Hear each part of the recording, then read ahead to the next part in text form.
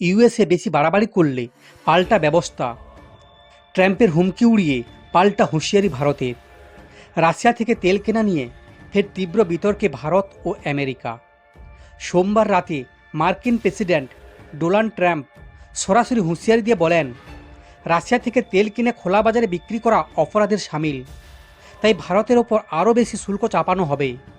এই মন্তব্যের পরই কড়া প্রতিক্রিয়া দেয় ভারতের বিদেশ মন্ত্রক। তারা জানিয়ে দেয়, দেশের জাতীয় স্বার্থে ভারত প্রয়োজনীয় পদক্ষেপ নিতে বাধ্য হবে।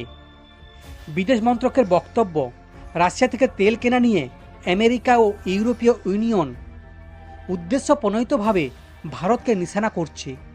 অথচ রাশিয়া ইউক্রেন যুদ্ধের ঠিক পরই যখন জ্বালানি সংকটে গোটা বিশ্ব, সেই সময় রাশিয়া থেকে তেল কেনা নিয়ে বিশ্ববাজারে স্থিতিশীলতা বজায় রাখতে সাহায্য করেছিল ভারত। সে সময় আমেরিকা নিজেই ভারতকে উৎসাহ দিয়েছিল। বিদেশ মন্ত্রকের তথ্য অনুযায়ী সমালোচকদের হাতেই আছে বাস্তব বিচারিতা। যা 2024 সালে ইউরোপীয় ইউনিয়ন এবং রাশিয়ার মধ্যে দ্বিপাক্ষিক বাণিজ্যের পরিমাণ 67,500 কোটি ইউরো, যা 2022 সালের তুলনায় অনেক বেশি। অন্যদিকে ভারত ও রাশিয়ার মোট বাণিজ্য সেই তুলনায় অনেক কম। শুধু তেল নয়, ইউরোপ এখন রাশিয়া থেকে বিপুল পরিমাণ প্রাকৃতিক গ্যাস, সার, খনিজ পদার্থ, রাসায়নিক, লোহা ও যন্ত্রপাতি আমদানি করে যাচ্ছে। বিদেশ মন্ত্রক আরও জানায়, আমেরিকা নিজেও রাশিয়া থেকে ইউরেনিয়াম, প্ল্যাটিনিয়াম ও অন্যান্য শিল্প সামগ্রী আমদানি করে। যুদ্ধ চলাকালীন এই আমদানি বন্ধ হয়নি।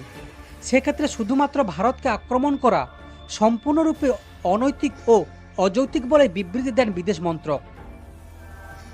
ট্রাম্পের সরাসরি হুঁশিয়ারি সমাজ মাধ্যমে প্রকাশ্যে আসে সোমবার রাতেই। ভারতীয় সময় অনুযায়ী রাত 8:20 নাগাদ সোশ্যাল পোস্ট করে ট্রাম্প বলেন, ভারত শুধুমাত্র রাশিয়া থেকে বিপুল তেল কিনছে না, বরং তা মুনাফার জন্য খোলা বাজারেও বিক্রি করছে।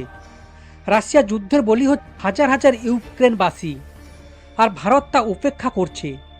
তিনি আরও বলেন, এই কারণেই তিনি ভারতের ওপর শুল্ক আরও বাড়াবেন। প্রসঙ্গত আগেই গত বুধবার ট্রাম্প ভারতীয় পর 25% শুল্ক আরোপের ঘোষণা করেছিলেন। সেই সঙ্গে রাশিয়া থেকে তেল, অস্ত্র কেনার জন্য ভারতকে জরিমানা দিতে হবে বলেও মন্তব্য করেছিলেন তিনি। যদিও সেই জরিমানার নির্দিষ্ট অঙ্ক বা কার্যপ্রণালী সম্পর্কে কিছু বলেননি। এই হুঁশিয়ারির পরই কড়াসুরে জবাব দিয়েছে নয়াদিল্লি। বিদেশ মন্ত্রকের তরফে স্পষ্ট জানানো হয়েছে, ভারতের জাতীয় স্বার্থ ও অর্থনৈতিক নিরাপত্তা ক্ষুণ্ণ রাখতে সমস্ত প্রয়োজনীয় পদক্ষেপ গ্রহণ করা হবে। আর্থিকভাবে দ্রুত এগিয়ে চলা একটি রাষ্ট্র হিসেবে ভারত নিজে সক্ষম। রাশিয়া থেকে তেল কেনা আন্তর্জাতিক বাজারে স্বাভাবিক লেনদেন এবং কোনোভাবেই তা নিষিদ্ধ নয়। বিশেষজ্ঞদের মতে এই বিতর্কের কেন্দ্রে রয়েছে জ্বালানি নিরাপত্তা ও আন্তর্জাতিক কূটনৈতিক। ভারত, আমেরিকা, ইউরোপীয় অর্থনৈতিক স্বার্থ, রাশিয়া ইউক্রেনের যুদ্ধে এবং আন্তর্জাতিক শক্তির ভারসাম্য, এই সব কিছু এই তীব্র সংঘাতের পটভূমিতে গুরুত্বপূর্ণ হয়ে উঠেছে। এই পরিস্থিতি ভারত আমেরিকার সম্পর্ক কোন দিকে মোড় নেয়, এখন সেটাই